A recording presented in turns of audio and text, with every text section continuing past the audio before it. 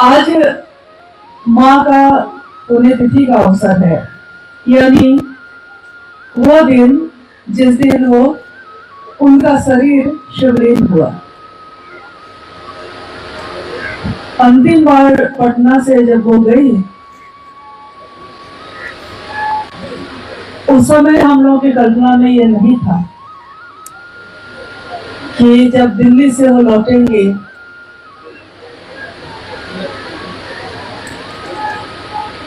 तो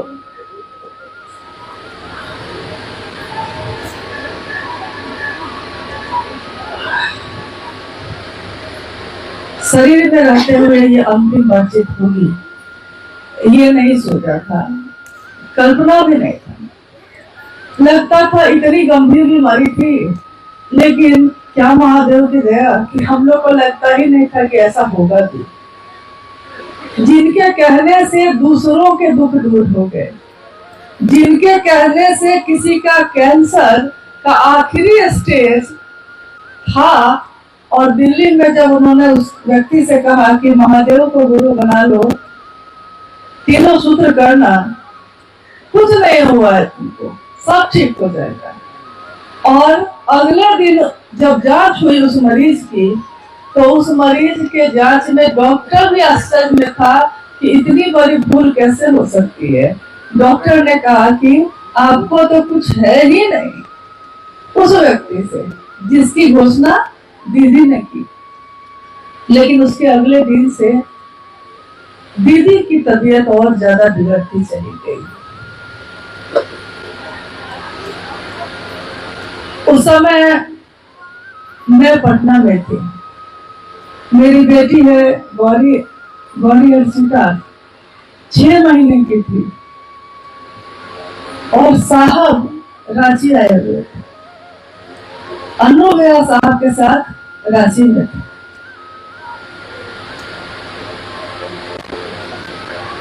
दीदी के साथ जो भी चीजें वहां घटित हो रही थी, एक अलौकिक रिश्ता, एक ऐसी डोर जो मन को बांधती है। सुबह जब कमरे की घंटी बजी, फोन की, 17 जून की सुबह जब फोन की घंटी बजी, तो 6 महीने की ये बच्ची बिस्तर पे सो रही थी, और अचानक ही अभी जो रामविलास जी आपसे बात कर रहे थे, उस समय इनका परिवार भी हम लोग के साथ ही था।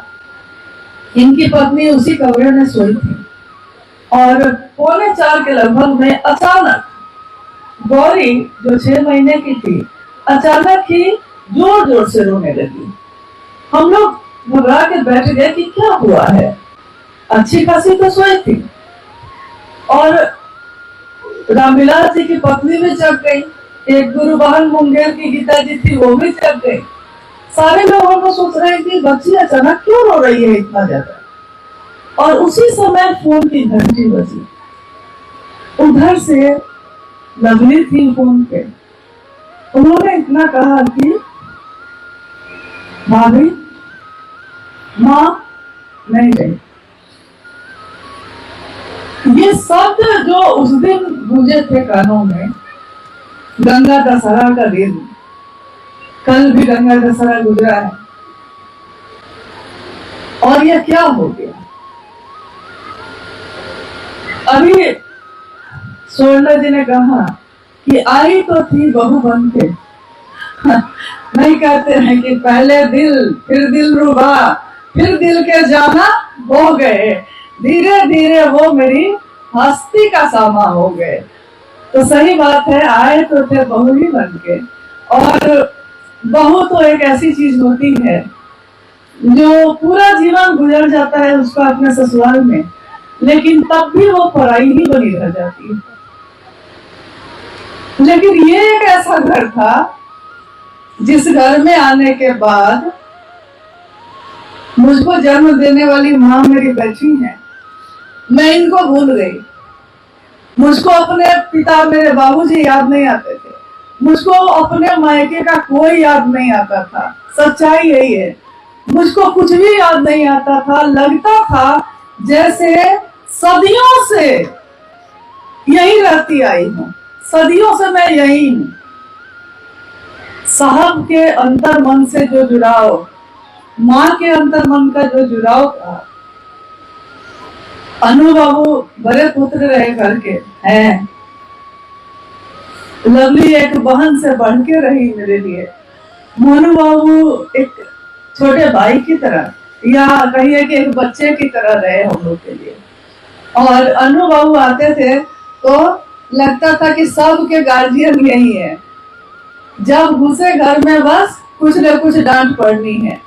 लेकिन माँ जो है वो सारे लोग जो गुरु भाई गुरु बहन या घर के जो हम लोग सब रहते थे, सबका एक प्यार का नाम उन्होंने रख छोड़ा था। जैसे एक परिमल चचा हम लोग के साथ ही रहते थे, उनका नाम था पारिजात परिमल, लेकिन माँ उनको बुलाती थी पारो जिसको हम लोग आज भी उनको हंसते हैं, चिढ़ाने के लिए बोलते हैं पारो। सोमेंद्र जी जो अभी बोल रहे थे, इनका नाम रखा था उन्होंने सोमू तो सोमू बुलाया जाता था। कभी कभी हम लोग चिढ़ाते हैं तो बेचारे चिढ़ जाते हैं कि मुझको दीदी माँ ने सिर्फ सोमू कहा है, कोई दूसरा नहीं कह सकता है। अर्चित आनंद जी अन्नू, लवली लाबो, मोनू बाबू मंटू मुंचल, मेरा नाम बरखा है तो मैं कब बरखवा हो गई मुझको पता ही नहीं चला। और घर में आने वाले सभी गुरु भाई गुरुवान, मुझको कभी नहीं लगा कि मैं कहीं से आई हूँ, मुझको हमेशा यही लगा कि सदियों से इसी घर से मेरा रास्ता रहा है। एक बार मैंने साहब से पूछा इस बात को, क्यों ऐसा लगता है कि जैसे कभी यहाँ से दूर हम थे नहीं। साहब ने कहा कि आज जितने भी लोग महादेव के काम में मेरी मदद कर रहे हैं, चाहे वो मेरे घर में रहते हो या मुझसे मिले भी नहीं हो, लेकिन आज जितने भी लोग महादेव के काम को बढ़ाने में अपना सहयोग कर रहे हैं, उन सब से मेरा रिश्ता सब जन्मों जन्मों का है, सदियों से है। ऐसा नहीं है कि आज इस जन्म में सिर्फ ये रिश्ता है।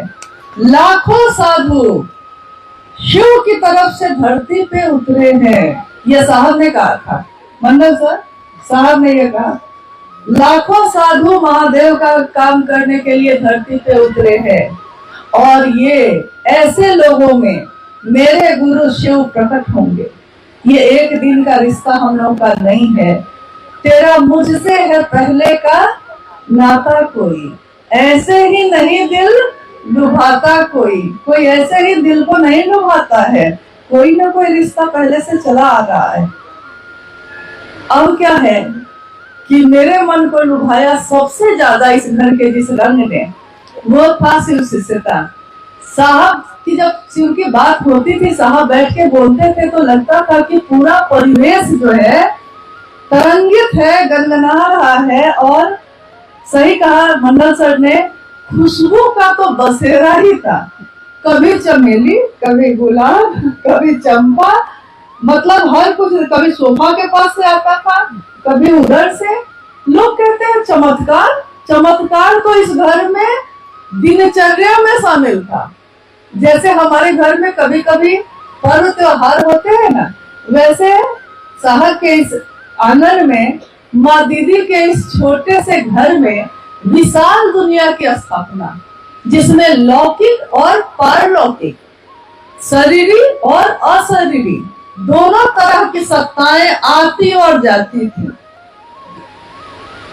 कितने बार ऐसा हुआ कि कोई चमत्कार ऐसी घटित हुई तो मेरे लिए वो अलौकिक रहा, और मैं चमत्कृत होकर दीदी से जब पूछती थी कि माँ ये कैसे हुआ, तो वो बड़े सामान्य ढंग से बोलती थी कि ये सब होता रहता है, अरे ये तो रोज होता है।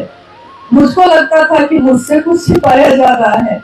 मैं पति का सहारा लेने के लिए जब अनु बाबू के पास जाती थी कि सही बात बताएंगे, तो ये और आराम से कहते थे कि तो हमेशा इस तरह का कुछ होता ही रहता है। यानी कि एक ऐसी जगह जहां ये सारी चीजें सामान्य है।